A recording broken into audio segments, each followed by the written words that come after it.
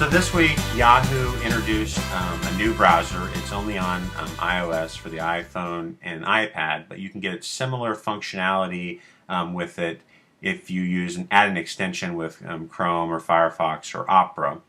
And why there is a tie-in with Pinterest is that when you want to share something, and this extension/browser is very visual in the way it presents web pages, but if you want to share a page, you get two options. The first one is to use your Yahoo email, and the second one is to share by pinning it on Pinterest.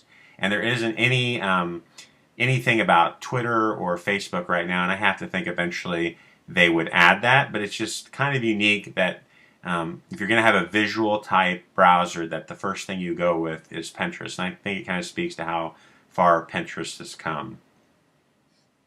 I think it's definitely a deliberate statement on Yahoo's part, because it doesn't take much to have Pinterest integration in every browser. I mean, you just go to Pinterest and add the pin it bookmarklet into Chrome, Firefox, Internet Explorer, anything. So the fact that they're making it default is, I mean, it speaks so loudly to what they're trying to do and what they're trying to say.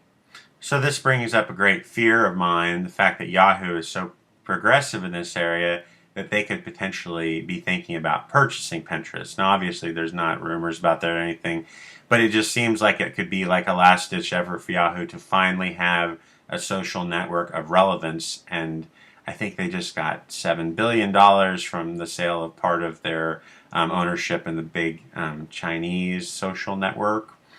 And so if they were to put like some of that money and buy Pinterest, it scares me a little because Yahoo has ruined so many great internet properties. Clearly, you read the Flickr article that's been going around about Right. how Yahoo killed Flickr and lost the internet.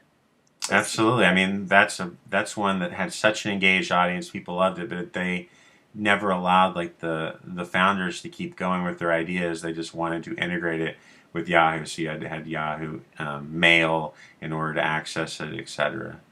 So it's a little scary, but I am happy to hear and to see that Pinterest is getting some integration in new technology, and I think that'll help in the long term. It'll bring even more people on, and people will see the benefit of Pinterest. Mm-hmm. I mean, Yahoo was one of the first companies to try to buy Facebook, and they gave a $1 billion offer.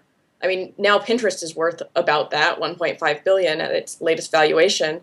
So, I mean, there's no doubt that Yahoo could afford it. I mean, I just don't think Pinterest is going to want that to happen. Because, I mean, why do you sell a company? Maybe because you don't know how you're going to monetize it yourself.